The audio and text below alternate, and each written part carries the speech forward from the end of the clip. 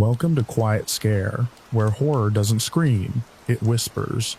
These are authentic, documented experiences, real encounters, carefully curated and adapted with a light touch to preserve what happened and deepen the hush around it.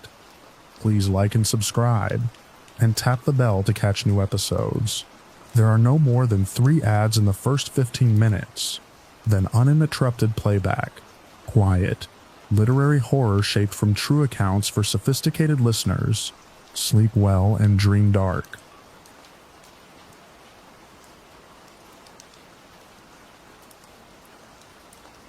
I worked at the Wexler County Historical Society for 9 years. Our archive contained thousands of photographs and home movies, most of them donated by local families. In 2022, an unmarked film canister appeared in the returns box outside our building. Inside was a 16mm reel labeled Founders Day, 1936, Copy 0. The film showed a town picnic. Men wore straw hats. Women gathered around long tables. Children chased one another between canvas tents. Nothing seemed unusual until my coworker Miriam paused the projector. A woman stood at the edge of the crowd. She wore modern clothing. She also looked exactly like Miriam. Miriam laughed nervously and blamed a resemblance. Then we noticed the woman was wearing Miriam's employee badge. We checked the film again the following morning. The woman had moved closer to the camera. Miriam was missing from work. I called her phone. The number was disconnected. Our director insisted no one named Miriam had ever worked at the society. Her desk had disappeared. Her name was absent from the payroll system. Group photographs showed an empty space where she had been standing. Only my handwritten notebook still mentioned her. I watched the film again. Miriam now stood beside the picnic tables. She was pounding silently on something in front of her, as though trapped behind glass. Another modern figure had appeared near the tents. It was our director. I stopped the projector.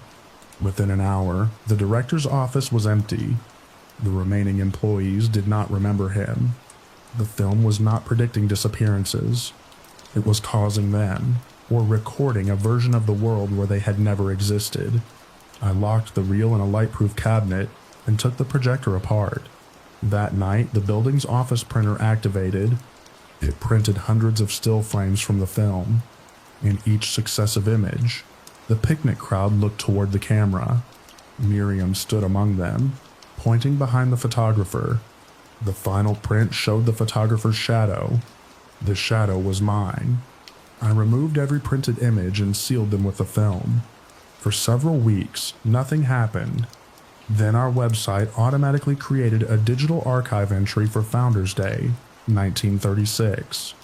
No one had uploaded it. The thumbnail showed Miriam. The entry had 1 view. I deleted the page. It returned with 2 views. Every time the number increased, another person vanished from the Historical Society's records. I shut down the entire server. That stopped the disappearances, but it did not restore anyone. The building is nearly empty now. I am the only employee who remembers that there were once 12 of us. I began writing everyone's name in a paper ledger. Miriam Cole, David Wexler, Helen Park, Anthony Reese.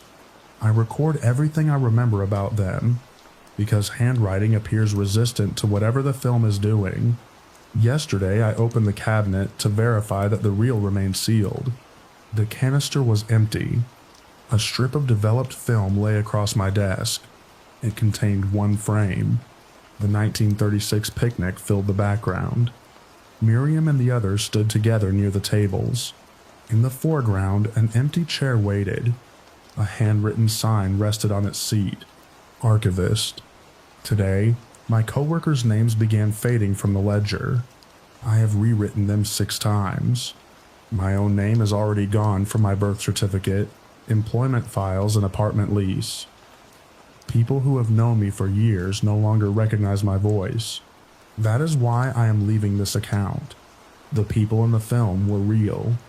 Miriam Cole was real. David, Helen, and Anthony were real. And my name is Nathan Vale. Please remember it. A moment ago, I heard the click of a projector starting in the room behind me. If you remember nothing else, remember my name.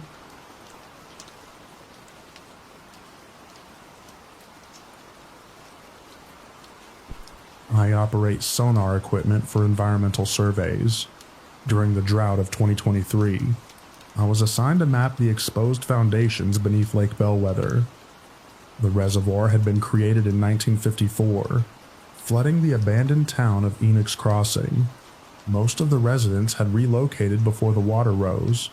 According to local stories, some had refused. Our survey team consisted of 3 people: me, our boat operator Carla, and a hydrologist named Dev. On the first morning, an elderly fisherman approached us at the launch ramp. "If you hear the church bell, come back to shore," he said. "The church is underwater," Carla replied. "That's why you should come back."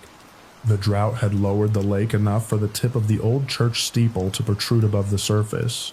At noon, we passed directly over it. Our sonar displayed the building beneath us in remarkable detail. The roof had partially collapsed, but the sanctuary remained intact. Rows of human-shaped forms appeared inside. They were seated in the pews. Dev suggested they were submerged furniture or debris. Then every shape turned toward the boat. The sonar image froze. A bell rang beneath the water. The sound traveled through the hull and into my feet. It was followed by another ring, then another. Our depth monitor began printing text instead of numbers. Carla Mendez, Dav Patel, Morgan Reed. Those were our names. A 4th name appeared, Elias Bell. Waiting. The engine stopped. Carla tried the ignition repeatedly. Nothing responded. Something struck the bottom of the boat. Not hard. Just 3 careful taps. Dev leaned over the side. I pulled him back before his face reached the water. A pale shape moved beneath us. It resembled a person walking upright along the lake bed. More shapes followed. The church bell continued ringing. On the sonar display, the seated congregation was leaving the sanctuary. One by one, the figures moved through the church doorway and gathered beneath our boat. The 4th name flashed again, Elias Bell. Waiting. Carla checked the emergency motor. It started immediately, and we returned to shore. The fisherman was waiting for us. When I told him the 4th name, he removed his hat. Elias Bell had been the town's final pastor. The official evacuation record stated that he left Enix Crossing before the flood. Local families believed otherwise. Bell had promised to ring the church bell until every remaining resident was safely out. No one heard the bell on the day the water came. We discontinued the survey. That evening, I reviewed the saved sonar files. The final image showed the submerged congregation standing outside the church. One figure remained inside. It was seated in the last pew, operating something shaped like a sonar console.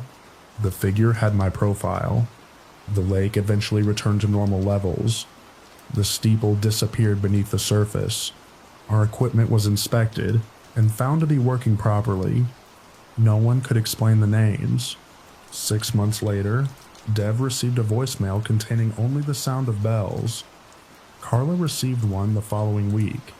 Mine arrived last. The caller identification displayed Elias Bell. I did not answer. A transcript appeared automatically. Morgan Reed. Waiting. Since then, the old sonar file has continued updating itself. The figures are no longer standing around the church. They are walking across the lake bed in a straight line. The line leads toward the northern shore. From there, it follows a buried water main into town. Yesterday, the first figure reached the pipe beneath my house.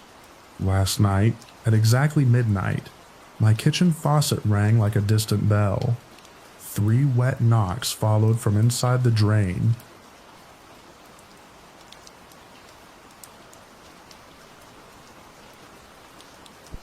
I worked as an overnight technician at the Somna Sleep Clinic from 2018 to 2020. Room 8 was used for unusual cases. Patients stayed there when physicians wanted additional monitoring or isolation from outside noise. In March 2019, a man named Elias Ward arrived carrying a suitcase and 3 alarm clocks. He claimed he had not slept for 12 years. That was medically impossible. But Elias explained that he experienced brief periods of unconsciousness while sitting or standing. He refused to call those episodes sleep. Sleep is when the other room opens, he said. I asked what other room he meant. The one where you are watching me. I assumed he was anxious and confused. At 10 o'clock, we attached the standard sensors and began the study. Elias lay in bed with his eyes closed while I monitored him from the control station. At 12:44, the equipment indicated that he had entered deep sleep. His eyes opened. He stared directly at camera 2. Which room are you in? He asked. I spoke through the intercom. You're at Somna Clinic. I wasn't asking you. The image from camera 2 flickered. For one frame, room 8 was different. The bed faced the opposite wall. The door was on the left rather than the right. A second version of Elias stood in the corner. The live feed returned to normal. Elias remained asleep according to every instrument. Then he began describing a dream I had experienced since childhood. In that dream, I walked through my grandmother's house and found an extra bedroom behind the pantry. The room contained a narrow bed and a mirror covered by a sheet. I had never told anyone about it. Take the sheet off, Elias whispered. No, the other you already did. Every monitor in the clinic switched to room 8.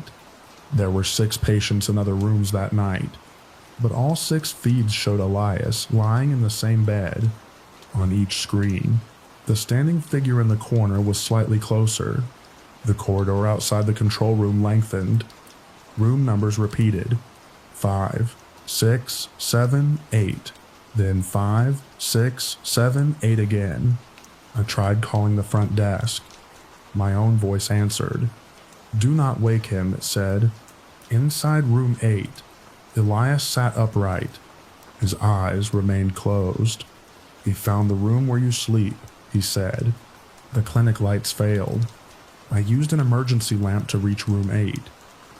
The corridor seemed to stretch each time I looked ahead, so I kept my eyes on the floor and counted my steps.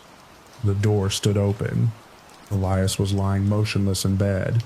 Something stood behind the privacy curtain. It had my outline. I could see its shadow raising one hand toward the sleeping man. I called Elias's name. He woke with a gasp. The shadow disappeared. Every light came back on. Elias looked at me and began crying. You woke the wrong one, he said. The following morning, Elias checked himself out. His contact information was false, and no physician remembered referring him. When I asked the clinic director to review the footage, she claimed room 8 had been closed for years because of water damage. She walked me down the corridor. The door was locked. Dust covered the handle. There was no monitoring equipment inside. I resigned 2 days later. For a while, I convinced myself exhaustion had caused the entire experience. Then I installed a sleep tracking camera in my bedroom. Most nights it records nothing unusual. Approximately once a month, however, the camera shows me getting out of bed at 12:44. I walk to the corner and stand there for several hours, facing the sleeping version of myself. Last night, the recording was different. The person in the corner turned toward the camera. It was Elias. He placed one finger against his lips and pointed toward my bed. The figure sleeping beneath the blankets opened its eyes. It was not me.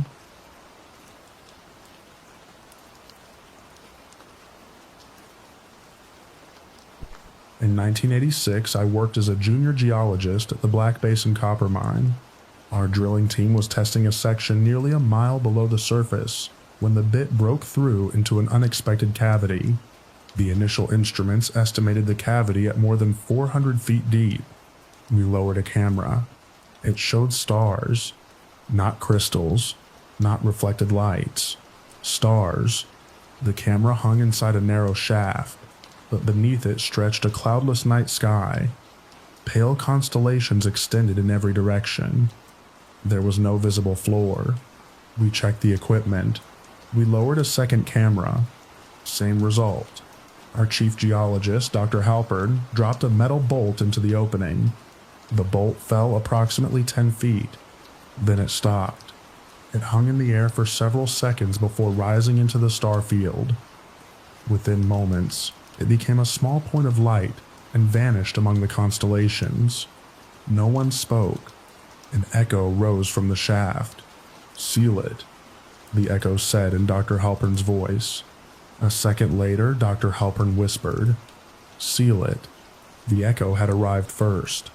We should have left immediately. Instead, Halpern ordered additional tests. We lowered a microphone. At first, it recorded only static. Then we heard our own conversation playing backward. Beneath that was another sound, a crowd whispering names. Each time one of us identified our own name, a star disappeared from the sky below. A technician named Miller stared into the cavity for too long. "My house is down there," he said. He described his kitchen, his wife, and the yellow curtains they had purchased the previous spring. He insisted he could see them beneath the stars. Then he said there was someone sitting at his table. The stars shifted. For 1 second, the night sky beneath us resembled a human eye opening. We pulled Miller away. The cavity began exerting an upward pull. Dust rose from the ground. Tools slid toward the opening. Our clothing lifted against our bodies, as though we were falling in the wrong direction. Halpern ordered the shaft filled. The company poured concrete into it for 18 continuous hours. No one knew where the material went. Truck after truck emptied into the cavity without raising the level. Eventually, the opening closed on its own.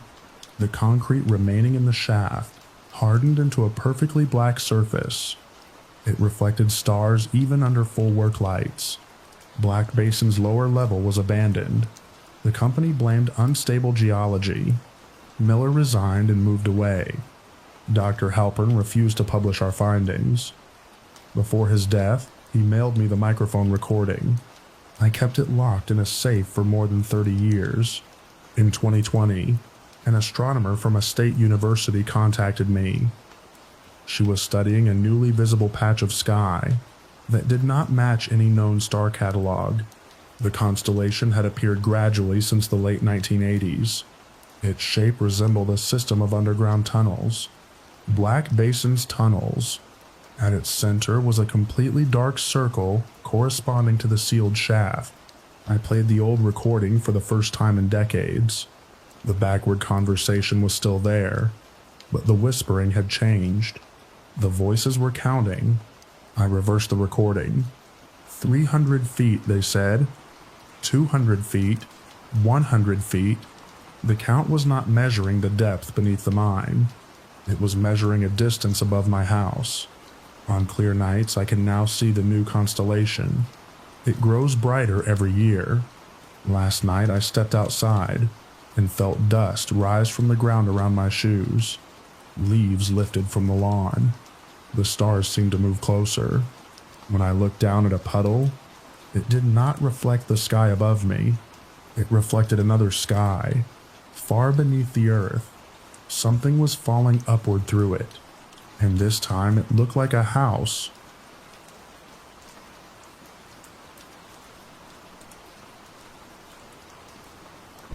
Platform 4 at Marin Street Station has been closed since 1971. The public explanation is structural damage. Employees are told that an underground flood weakened the eastern tunnel and made the platform unsafe. That is not why it was sealed. I learned the real reason during an overnight electrical inspection in 2018.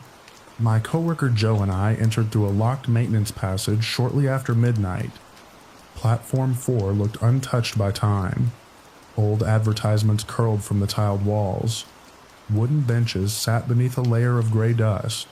The rails had been removed decades earlier. At 12:26, the arrival board illuminated. Downtown service, 2 minutes. That board isn't connected, Joe said. A recorded chime sounded. Then we heard a train approaching. There were no rails and no active tunnel. The passage ended in a brick wall, less than 50 yards away. The approaching sound grew louder. It was not one continuous rumble. It was thousands of smaller sounds, arranged to resemble one. Footsteps, scraping metal, whispered conversations, and the soft closing of doors. A light appeared behind the brick wall. The wall did not break. The light simply passed through it. Something long entered the station. At first, I thought it was a train, because rectangular patches of light moved along its side like windows. But the windows were not attached to metal. They floated across a dark surface that bent and contracted as it moved. Inside each rectangle stood a passenger. Every passenger faced us. The thing stopped beside the platform. A door-shaped opening appeared in its side. The station speakers announced, "Please allow exiting passengers to leave the train." Joe's name appeared on the arrival board. The passengers inside began knocking on their windows. One of them looked like Joe. It wore the same uniform and held one hand against the glass. "Don't leave me here," it said in her voice. Joe stepped toward the opening. I pulled her back. The doorway widened. There was no interior beyond it. Only a descending tunnel filled with distant platform lights. The speaker repeated its announcement. This time it used my voice. "Please allow exiting passengers to leave." We retreated into a service room and locked the door. The thing moved along the platform without making any sound. Light passed beneath the door as its windows drifted by. Something tested the handle. Then came the click of a ticket punch. A small circular hole appeared in the door. Another click. A second hole. Through one of them, I saw a bright rectangle gliding across the darkness. My own face stared through it. "You missed your stop," it whispered. Joe covered the holes with her jacket. We remained there until the first active train of the morning passed through the station above us. Its vibration shook dust from the ceiling. The thing outside released a sound like hundreds of people sighing. Then it withdrew into the brick tunnel. The arrival board went dark. Transit management confiscated our written reports. We were told that fatigue and contaminated air had caused a shared hallucination. Joe transferred to another department. I stayed until 2024, when the city announced plans to renovate Marin Street. The proposal included reopening an unused lower platform. I attended the first planning meeting and warned them. The lead engineer showed me the original station plans. According to every version, Marin Street had only 3 platforms. Platform 4 did not appear on a single blueprint. Construction began anyway. Workers broke through the old access wall and found an empty concrete chamber. No platform, no advertisements, no benches. Management declared the story resolved. 3 weeks later, a new line appeared on the transit map. It was printed in faint gray and ran beneath every existing route. There was no name beside it, only a sequence of small rectangular stations. Most passengers do not notice it.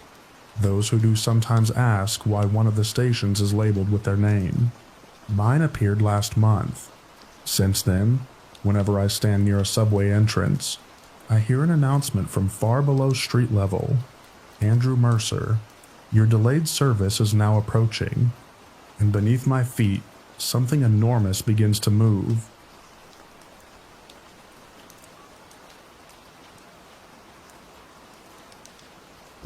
I processed digital evidence for the Alder Ridge Park Service. In September 2021, a volunteer found a body camera beside an unmarked trail.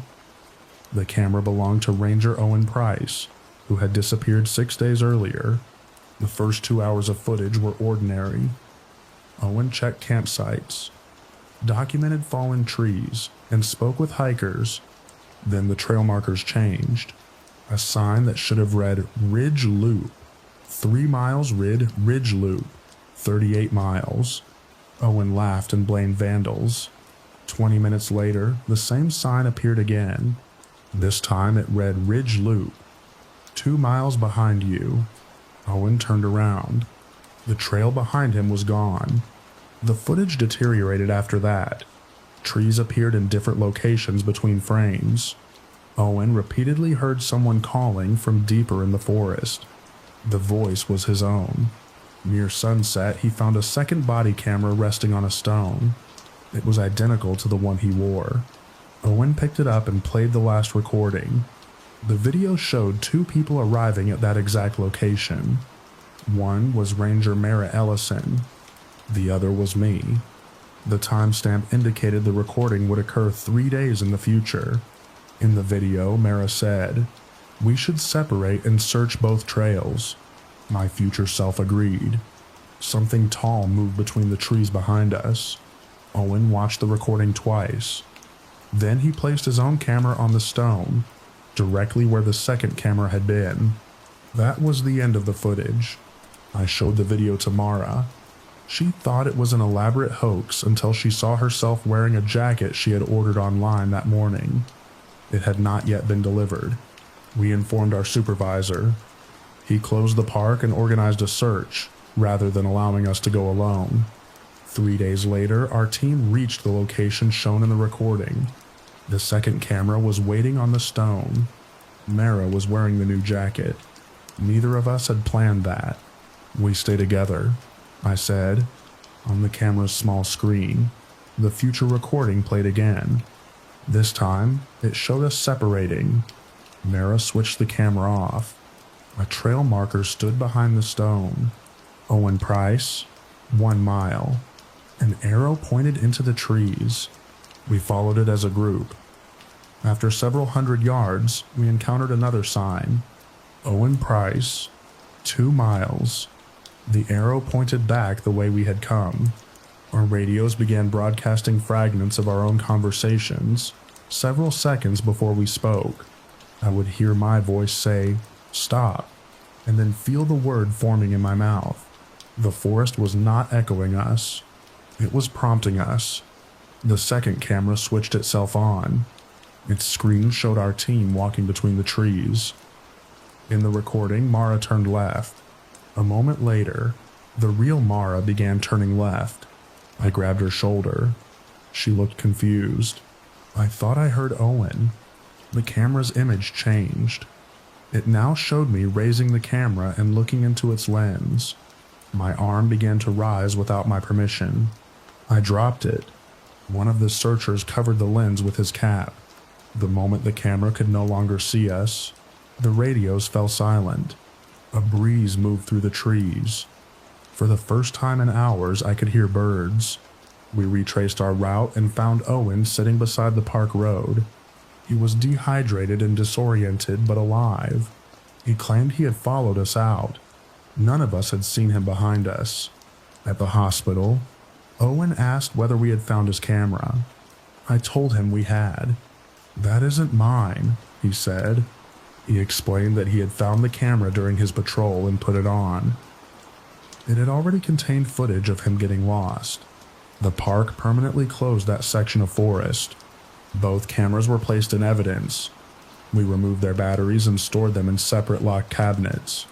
6 months later, camera 2 appeared on my desk. Its lens was covered by the same ranger's cap. There was a new recording on it. The footage showed me sitting at my desk, opening the evidence folder and beginning to write this account. The angle was from directly behind my chair.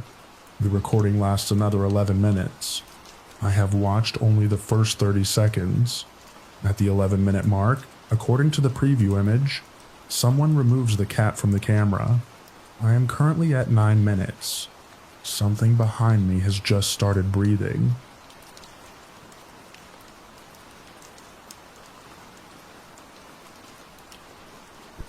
I restored damaged audio for museums, universities, and historical societies. In 2017, a private foundation hired me to digitize a collection recovered from St. Orison's, an abandoned hospital chapel scheduled for demolition. The collection consisted of 46 reel-to-reel recordings. The boxes described them as pastoral interviews conducted between 1958 and 1961. Most contained ordinary conversations about grief and illness. Tape 31 contained my voice. I knew it before I understood the words. I left the lower door unlocked, my recorded voice said. Lena heard the crying and went inside. Lena was my assistant. She was sitting across the room from me when I played it. The recording continued. I tried to call her back, but something answered in her voice. Lena stared at the machine. "That isn't funny," she said. The recording was nearly 60 years old. The magnetic stock, adhesive, and box were all consistent with that age. We stopped playback and contacted the foundation. Its representative insisted there was no tape 31 in the inventory. When I checked the spreadsheet, he was right. The list skipped directly from 30 to 32. We locked the tape in a cabinet. At 4 o'clock that afternoon, Lena asked whether I could hear someone crying. The sound came from beneath the floor. St. Orison's Chapel had a lower storage level, accessible through a door behind the altar. According to the building plans, it contained old chairs and maintenance supplies. The door was supposed to be locked. It stood open. I remembered the recording. I left the lower door unlocked. I told Lena we were leaving. Then a woman's voice rose from below. "Please," it said. "I need to confess." Lena stopped. The voice sounded exactly like her. "I'm right here," Lena whispered. The voice beneath us laughed. The lights failed. Emergency lamps illuminated the aisle in a dim red glow. At the bottom of the lower stairwell, another light appeared. It came from a small recording meter. The meter's needle moved as something spoke in the darkness. Lena heard the crying and went inside, my recorded voice said. Lena stepped toward the stairs. I grabbed her arm. From the darkness below came my voice again, now speaking directly to me. "You have already told this story. All that remains is to make it true." The chapel doors slammed shut. Every tape machine in our work area began turning. Empty reels rotated without power. Voices filled the chapel. Men, women, and children speaking at different speeds, all trying to say the same sentence. I could not understand the complete phrase, and I am grateful for that. A shape moved at the bottom of the stairs. It did not climb them. Instead, it seemed to become more visible each time one of the recorded voices repeated the sentence.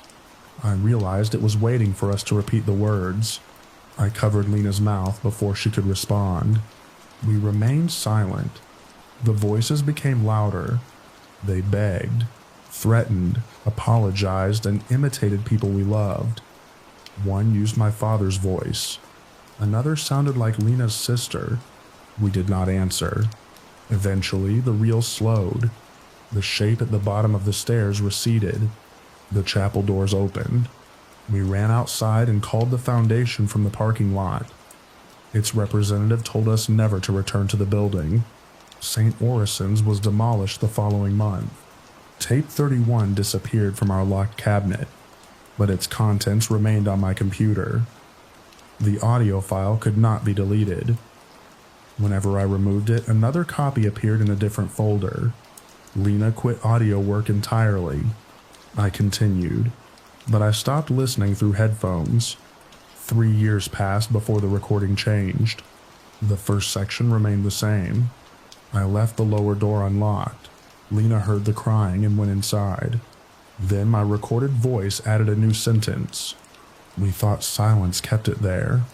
Last week I received a package from the St. Orison's Foundation, although public records show that the organization dissolved in 2019. Inside was a small reel of tape. A note had been attached to it. Final interview. Recorded tomorrow. I have not played it. I do not need to. Each night, I hear the reel slowly turning inside its unopened box, and sometimes, just before morning, something beneath my floor whispers that it is ready to hear my confession.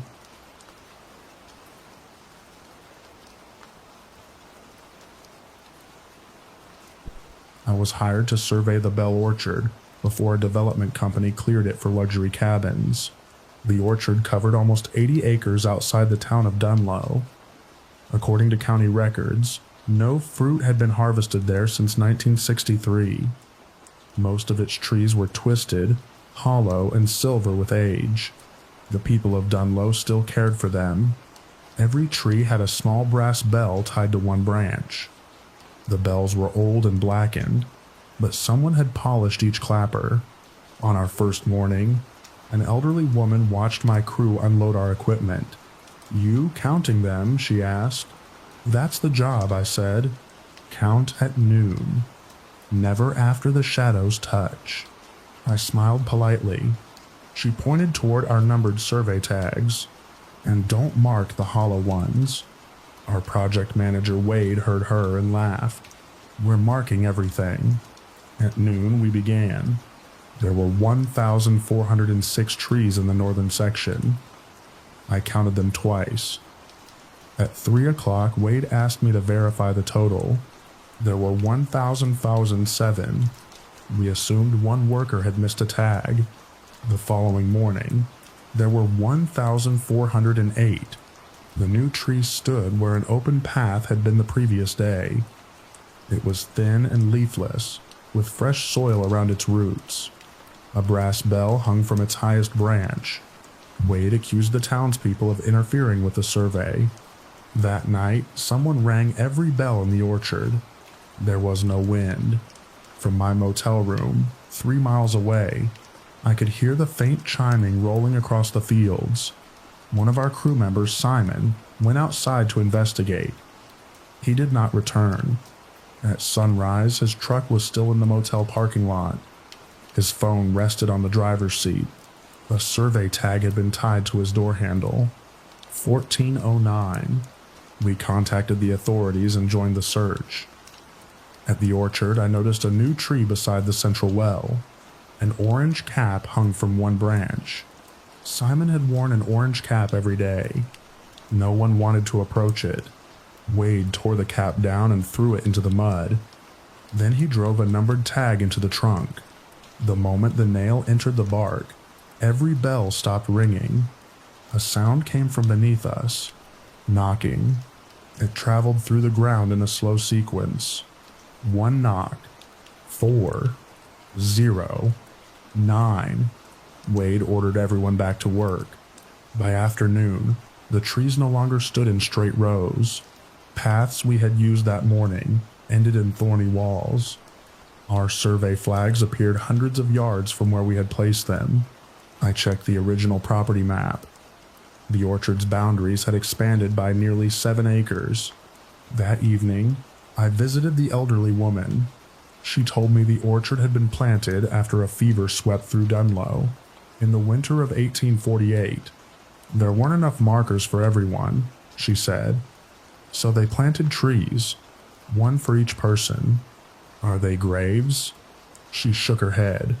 They're witnesses. To what? To whether we remember the number.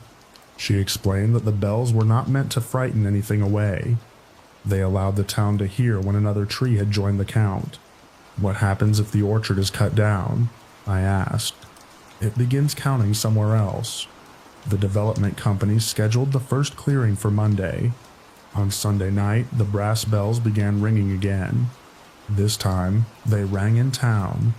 Bells hung from porch railings, street signs, parked cars, and the entrance to our motel. Each one bore a number. Mine was 1410. Wade's was 1411. By morning, roots had pushed through the proposed construction road. They formed a raised lattice beneath the soil, revealing that the ground was dangerously unstable. The county halted the project after an independent inspection. The company abandoned the land. Simon was never found. Wade left Dunlow and refused to discuss what happened. 6 months later, he mailed me a photograph without a return address. It showed a young tree growing in the center of his suburban lawn. A brass bell hung from one branch. I returned to Dunlow last autumn. The orchard contained 1,410 trees. The elderly woman walked with me to the northern boundary. There, beneath a tree that had not existed during my survey, I found one of my old metal tags. My full name was scratched into it. Below my name was the date of my birth. There was also an empty space after a dash. "What is that for?" I asked. The woman looked toward the branches. "For when the orchard finishes counting you." The bell above us rang once. No other bell moved.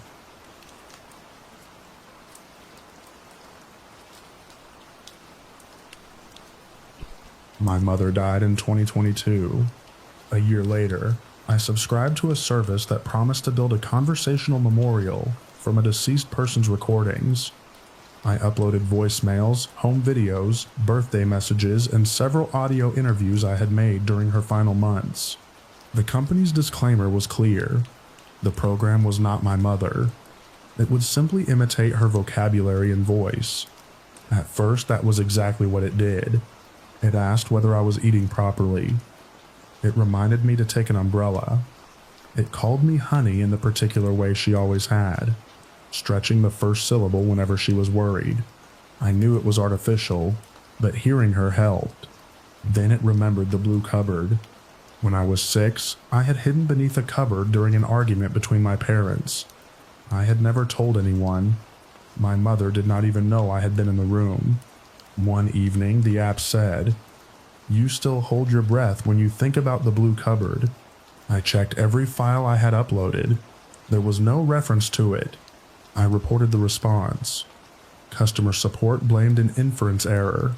The following night, the app woke me at 12:11. "Do not open the basement door," it said. I lived in my mother's old house. The basement door was at the end of the kitchen. "Why?" I asked. For several seconds, the app generated nothing. Then it said, "Because it has learned my voice." Something knocked from the other side of the basement door. 3 slow knocks. My mother used to knock that way before entering my childhood bedroom. "Honey?" her voice called from the basement. I dropped something. "Could you help me?"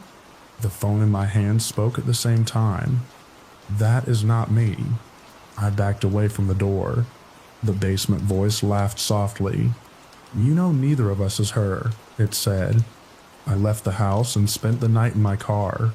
The next morning, the company contacted me. They had analyzed my uploaded recordings and found an anomaly. Behind my mother's voice, almost too quiet to detect, was another voice. It appeared in every voicemail she had left during the last 6 months of her life. The second voice spoke a fraction of a second before she did. When my mother said, "Call me when you get home," the hidden voice said it first. When she said, "I love you," it anticipated every word. The software had isolated that voice while building the model. Customer support asked whether my mother owned another smart device that might have caused audio feedback. She had not. I returned to the house during daylight and disconnected every speaker, camera, computer, and appliance I could find. The basement door remained closed.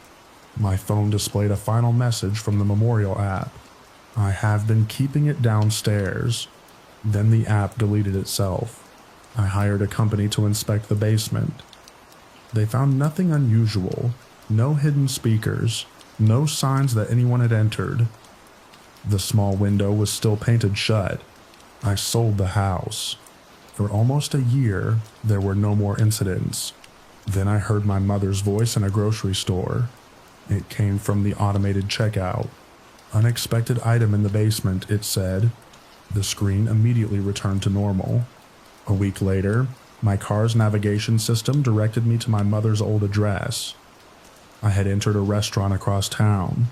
"Turn left," her voice said. I cannot hold the door much longer. I stopped using connected devices whenever possible. I bought an old alarm clock. I kept my phone switched off at night. That helped until last Tuesday. I was working late on the 7th floor of an office building. At approximately 11:30, I entered the elevator and pressed the lobby button. The elevator descended past the first floor. The display showed B1. The building does not have a basement. The doors opened onto a dark concrete corridor. At the far end stood the basement door for my mother's house. My mother's voice came through the elevator speaker. "I'm sorry, honey," it said. "It found another way to learn you." The door at the end of the corridor began to open. I pressed every button until the elevator moved again. I made it outside and have not returned to that building. Yesterday, the memorial company emailed me for the first time in nearly 2 years. The message contained no text, only an audio attachment.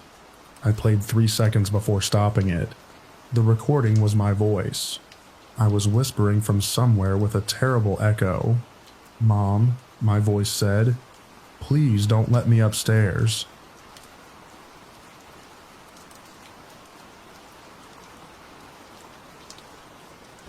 In 1998, I was an intern at WQRT, a small television station that served 3 rural counties. My job consisted mostly of labeling tapes, fetching coffee, and making sure the overnight programming did not accidentally begin with 30 seconds of dead air. We broadcast from an aging brick building beside an abandoned paper mill. At 1:15 one Thursday morning, I found a tape without a label. It was sitting on the desk in the archive room, even though I had cleared that desk less than an hour earlier. Someone had written a date directly on the plastic case, October 31st, 2008. Final sign-off. That date was 10 years in the future. I assumed one of the engineers was playing a joke. I put the tape in a preview deck. The footage opened with our station logo, but the image was faded and scarred by tracking lines. A calm male announcer spoke over a view of the empty studio. "This concludes normal broadcasting. Remain inside your homes. Turn all television screens away from exterior windows." I leaned closer. "Do not acknowledge the presenter." The picture changed to the news desk. A man sat behind it. He wore a suit from the 1950s and held his hands neatly on the desk. His face was difficult to focus on. Whenever the tracking stabilized, some new distortion crossed his features. Behind him, the studio clock read 2:13. The announcer continued. "If the presenter addresses you by name, discontinue viewing." The man looked directly into the camera. "Hello, Andrew," he said. I ejected the tape so quickly that it struck the archive room wall. "My name is Andrew." I took the cassette to our overnight engineer, Cal, who laughed until I played it for him. The second time, the warning was different. "This concludes normal broadcasting," the announcer said. "The station has remained open longer than anticipated." The presenter turned toward Cal. "Calvin," he said, "your wife thinks you are working." Cal stopped smiling. He removed the tape and broke open the cassette. There was no magnetic tape inside. The reels were empty. At exactly 2:13, every monitor in the station changed channels. The normal movie disappeared. Our station logo filled each screen, accompanied by a low electronic tone. Cal pulled switches on the control board. Nothing happened. The logo dissolved into a live view of our news desk. The presenter was sitting behind it. That was impossible. The news studio was 2 rooms away, and its lights were off. Cal grabbed a flashlight. I followed him to the studio door. Through its small glass window, I could see the desk. It was empty. On the monitor beside the door, however, the presenter remained seated. He slowly raised one hand and pointed behind us. We did not turn around. A voice came from the dark corridor. "This concludes normal broadcasting." It sounded exactly like the announcer on the tape, but it was not coming through a speaker. Cal whispered that we should leave. The corridor lights switched off one by one, beginning at the far end and moving toward us. With each extinguished light, the presenter appeared slightly closer on the monitor, first behind the news desk, then in front of it, then beside the studio door. Cal and I ran for the front entrance. The electronic tone followed us through every speaker. We reached the lobby, but the glass doors showed something other than the parking lot. On the other side was the television studio. The presenter stood in the center of it, watching us. A red light illuminated above the lobby camera. The presenter appeared on the security monitor behind the reception desk. This time, he was standing directly between Cal and me. I shut my eyes. Cal did not. I heard him inhale sharply. Then he said in a perfectly calm voice, "The presenter has an announcement." I kept my eyes closed, seized Cal's sleeve, and pulled him toward the emergency exit. The alarm sounded when I forced the door open. Cold night air struck my face. When I opened my eyes, I was alone in the parking lot. Firefighters arrived minutes later, although I had not called them. Smoke was pouring from the station roof. An electrical fire had started in the archive room. The building was destroyed. Cal was never found. The official theory was that he had become disoriented in the smoke. The problem was that security footage showed him leaving the building several minutes before I did. He walked calmly into the parking lot, looked directly at the camera, and disappeared when the footage broke into static. WQRT never returned to the air. I spent years trying to forget what happened. Then, in 2019, someone uploaded our final broadcast to a video sharing site. The account had no username. The video was 10 hours long, although the station had burned less than 20 minutes after the interruption began. Most of it showed an empty news desk. Viewers left comments saying the presenter occasionally appeared and spoke directly to them. Several insisted that he mentioned relatives, addresses, or memories he could not possibly have known. I never watched it. Last month, the upload disappeared. That should have been reassuring. It was not. 2 nights ago, I found an old television outside my apartment. It was the same model we used in the WQRT control room. There was no power cable, but the screen was glowing. It showed a live image of my apartment. I was visible at my desk, asleep. The presenter stood behind my chair with one hand resting on my shoulder. At the bottom of the screen, white letters slowly appeared. Normal broadcasting will resume when Andrew wakes.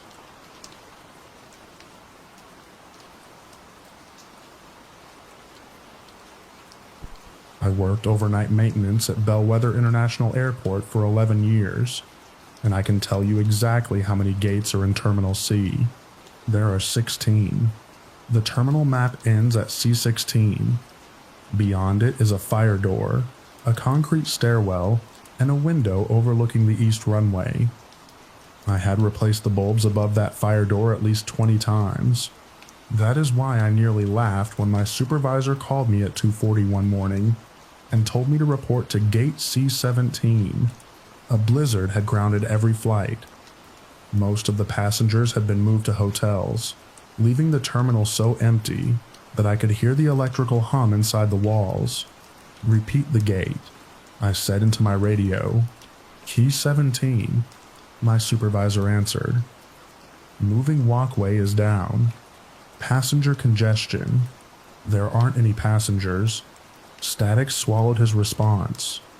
Then, beneath the static, I heard a boarding announcement. "Final call for Daniel Vale." That was my name. I walked toward C16, expecting to find a malfunctioning speaker. Instead, I found the fire door standing open. There was no stairwell behind it. A carpeted corridor continued beyond the terminal. Its walls were painted the yellowish beige airports used in the 1990s, and framed travel posters advertised airlines I had never heard of. The nearest poster showed a beach beneath 2 pale moons. At the end of the corridor, a blue sign read, C17. I should have turned around. Instead, I told myself renovations had opened a temporary gate without informing maintenance. The moving walkway was running. though its rubber rail felt strangely warm. Every overhead clock displayed 3:17. As I approached the gate, I saw approximately 30 passengers sitting in molded plastic chairs. None of them had luggage. None were using phones. They simply sat with their heads lowered. The departure screen above the counter displayed one flight. Destination, home. Status, boarding. Departure, 3:17. The flight number was 0914, my birthday. A woman stood behind the counter. Her uniform was several decades out of date, and a white scarf concealed the lower half of her face. "Mr. Vale," she said, "we've been paging you. I'm maintenance." "Yes, you've been maintaining your position for quite some time." She placed a boarding pass on the counter. I did not touch it. Behind her, through the terminal window, there was no runway. There was only a dark field covered in waist-high grass. Something enormous moved through it, bending the grass without ever rising above it. One of the seated passengers lifted his head. He looked like me. Not exactly as I looked then. He was perhaps 70 years old, with deep lines around his eyes, and a maintenance badge clipped to his coat. My name was printed beneath his photograph. He stared at me and slowly shook his head. The woman behind the counter reached for a scanner. "We cannot delay departure again," she said. The passengers began raising their heads. Every one of them had my face. Some were younger. One looked 12. Another appeared barely 30. Several were elderly. One had a beard I had never grown. Another wore a wedding ring, although I was unmarried. The scanner emitted a soft red light.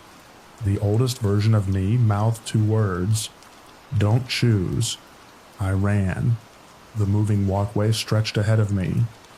But the corridor no longer ended at C16. It curved left, then left again, returning me to C17. The passengers were now standing. I tried the corridor again. Same curve, same gate. "Final call for Daniel Vale," the speakers announced. The voices of the passengers repeated my name in a whisper. Then the lights went out.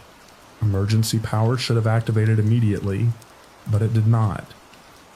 I stood in complete darkness and heard dozens of shoes stepping onto the moving walkway behind me. I remembered something my supervisor had once told me about smoke-filled terminals. If signs become impossible to see, follow the air. Ventilation systems always push fresh air toward public areas. I raised one hand and felt for a current. Cold air touched my fingertips from the right. There was a wall there, but when I leaned against it, the surface flexed. I pushed harder. A narrow maintenance panel opened, and I fell through it. I landed in the stairwell beyond C16. The fire door slammed behind me. Airport security found me 6 minutes after I had first entered the corridor. My supervisor denied contacting me. According to the radio log, the call had come from an inactive frequency once used by an airline that ceased operations in 1998. Security reviewed the cameras. The footage showed me walking through the fire door. 6 minutes later, it showed me falling back through it. There was no corridor on the other side. I resigned the following week. 3 months later, while washing my old uniform, I found a boarding pass in the inside pocket. It bore my full name. Gate C17, Seat 1A, Destination Home. The departure date was blank, but the time was printed clearly. 3:17. I kept it locked in a desk drawer for years. Every September 14th, the date changed. This year, it stopped changing. The date now printed on the pass is tomorrow. And approximately an hour ago, the airport called to tell me they had recovered my lost luggage. I have never lost any luggage, but the woman on the phone said they could only hold it until boarding.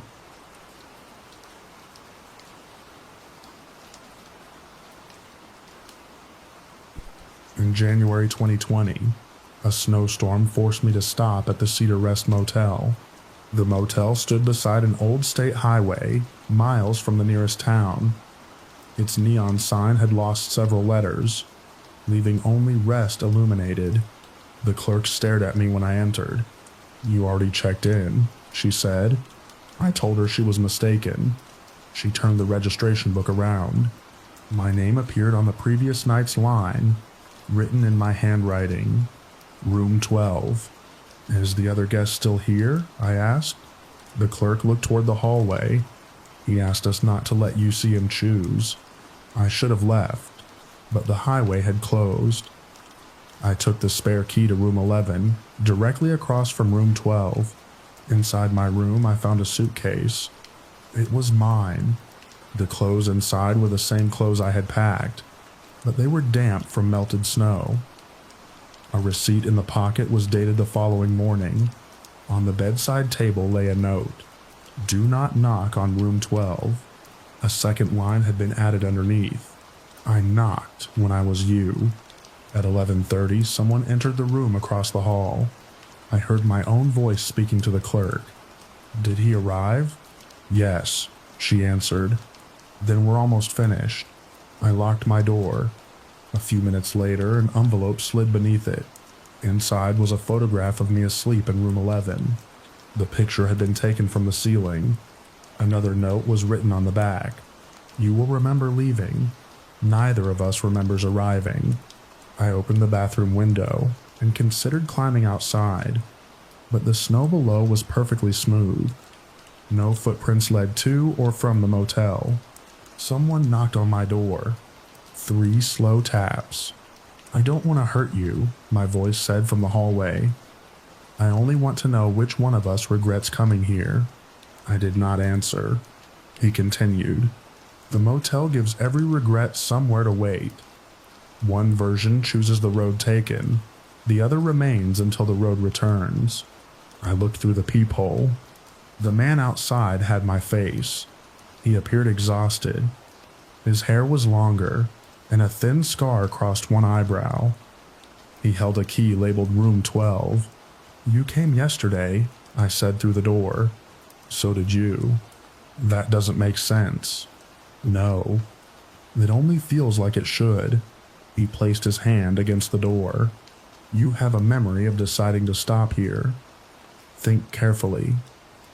Do you remember the decision, or do you remember telling yourself afterward that you decided?" I tried to recall seeing the motel sign. I remembered turning into the parking lot. I did not remember why. The hallway lights flickered. From room 12 came the sound of another person knocking from inside the wall. My double looked over his shoulder. "We've taken too long," he said. Every door in the motel opened. Men with my face stood in each room. Some were younger, some were old. Several wore clothes I did not recognize. One held a baby photograph. Another carried a military bag, although I had never served. The clerk's voice came through the hallway speaker. "One guest must select the departure." My double looked at me. "Choose." I refused. The hallway darkened. The other versions of me began walking toward room 12. I closed my eyes and remained still. When I opened them, it was morning. I was sitting in my car beside the highway. The storm had passed. The motel was gone. Only a concrete foundation remained beneath the snow. Local records showed that Cedar Rest had burned down in 1987. I drove home. My wife hugged me, then hesitated. "You changed your hair," she said.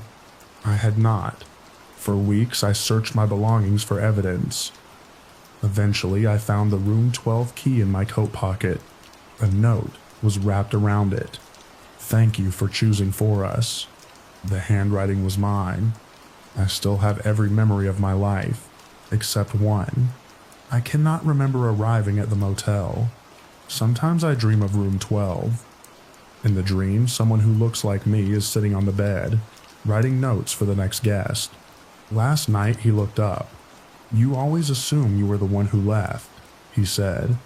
This morning, my wife asked why I no longer have the scar above my eyebrow. As far as I know, I never did.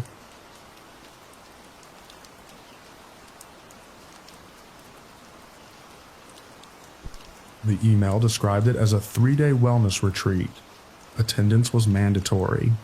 My employer, Centerville Solutions, booked an isolated conference hotel and promised mindfulness training, leadership exercises, and complete personal alignment. We surrendered our phones at check-in. Each employee received a white name badge displaying an engagement score. Mine began at 63%. The retreat leader, Callum, spoke in motivational phrases.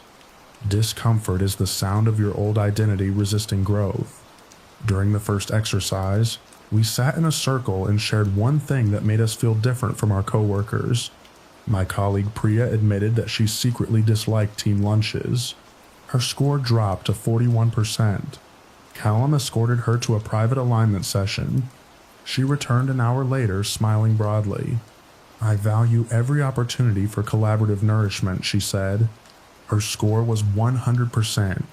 That evening, more employees were taken for alignment. Each returned cheerful, agreeable, and unable to discuss anything except company objectives. My roommate Ben disappeared after admitting he wanted to become a musician. When I asked Callum where he was, Callum replied, Ben's non-essential ambition has been successfully reassigned. At midnight, I left my room and followed a service corridor behind the ballroom. It led to a storage area filled with employee badges. There were thousands of them. Some belonged to people I knew. Others bore names I did not recognize. Each badge displayed a date. Several dates were years in the future. I found my own badge. Engagement score, 100%. Role, retreat facilitator. Start date, Monday. A monitor activated behind me. It showed a recording of my alignment session. In the video, I sat across from Callum and answered his questions with a vacant smile. The session had not happened yet. Video me looked toward the camera. Resistance is only memory wearing a name. It said. I heard footsteps in the corridor. I hid behind the badge shelves as Callum entered with Priya and several other employees. They were carrying empty frames shaped like people. Callum placed one frame against the wall and inserted Ben's badge. A speaker inside the frame began playing Ben's voice. I am excited to support the organization's evolving priorities, it said. The retreat did not improve employees. It extracted whatever the company considered useful and discarded the rest. I returned to my room before Callum found me. The next morning, I participated in every exercise. I smiled. I repeated the slogans. I pretended my score was important. But whenever a questionnaire asked me to choose between two answers, I selected both. When asked for my greatest strength, I described a weakness. When asked whether I agreed, I wrote, not consistently. My engagement score began displaying an error. During the final ceremony, every screen in the ballroom turned red. Employee cannot be aligned. Callum's smile disappeared. You are creating an unsafe culture, he said. The other employees stood simultaneously. I ran through the kitchen and exited through a delivery entrance. No one followed me beyond the hotel property. When I returned to the Centerville office on Monday, my access card did not work. Security had no record that I had ever been employed there. My desk belonged to someone else. My former manager introduced himself as though we had never met. Priya appeared on a conference room screen, leading a presentation. She had been promoted to vice president. Ben's name was absent from every company directory. I went home and found 14 months of severance payments in my bank account. According to the documents, I had resigned more than a year before the retreat. Centerville continues to use my face in training videos. Friends have sent me links. The person in the videos looks and sounds exactly like me. He explains the benefits of surrendering unproductive identity. Last week, an invitation appeared on my calendar. Annual wellness retreat. Facilitator. Me. I declined it. The event returned. I deleted it. It returned again with an engagement score beside my name. Yesterday, the score was 8%. Today, it is 4%. A few minutes ago, someone slid a white name badge beneath my apartment door. It says I begin work on Monday.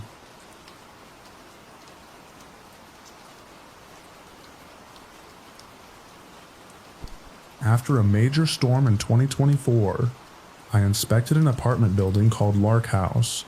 The building had sustained extensive water damage. Its basement was flooded, several ceilings had sagged, and a dark mold had spread through the eastern apartments. The residents refused to leave. They told me the building was taking care of them.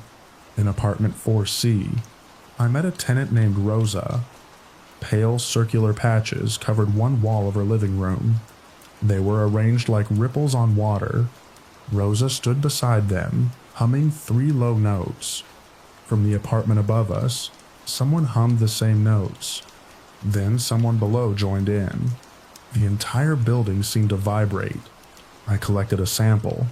The moment I sealed it inside a container, every resident stopped humming. Rosa looked frightened.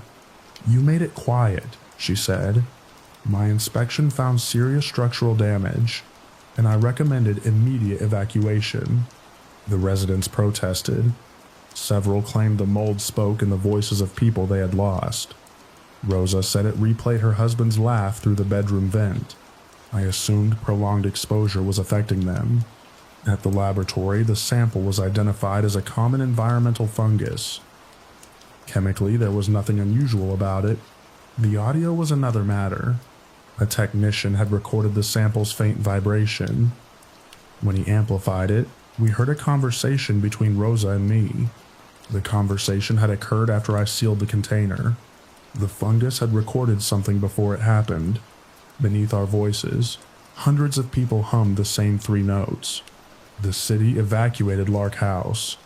As residents gathered on the sidewalk, the building emitted a deep settling sound. Every window fogged from the inside.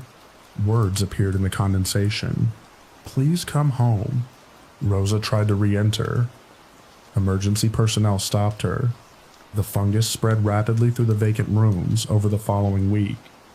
It did not grow randomly. It formed outlines of furniture, picture frames, and human figures. In Rosa's apartment, it created the silhouette of a man seated in his favorite chair. The city hired a remediation crew. On their first day, every worker abandoned the building within 20 minutes. They reported hearing loved ones calling through the walls. The building was eventually sealed. I kept the original sample in a secured laboratory cabinet. It remained dormant for almost a year. Then the storm anniversary arrived. At 2 o'clock that morning, the laboratory's alarm system detected motion. Security footage showed the sample container vibrating inside its cabinet. A pale line spread across the shelf. By sunrise, it had formed a map. The map showed a route from Lark House to the laboratory, then from the laboratory to my apartment. I discarded the clothes and equipment I had worn during the inspection. I had my home professionally examined. Nothing was found. 3 nights later, my bedroom vent began humming. 3 low notes.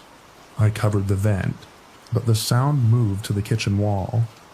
When I entered the kitchen, circular marks had appeared beneath the paint. I recognized their pattern. They resembled the rings in Rosa's apartment. The marks expanded until they formed the outline of a door. From the other side came the voices of the Lark House residents. They sounded calm and happy. Rosa spoke last. "We found somewhere dry," she said. "You brought us here." The outline faded before morning. I moved out that day. I now live in a different state, in a newly constructed building with no history of water damage. For 6 months there was no humming. Then, yesterday, the apartment upstairs developed a leak. A small damp circle appeared above my bed. Last night it produced 3 quiet notes. I had heard the melody before, but I could not remember where. This morning I played the laboratory recording again. Beneath the humming and the voices, Someone was whispering my current address. The recording was made 2 years before I moved here,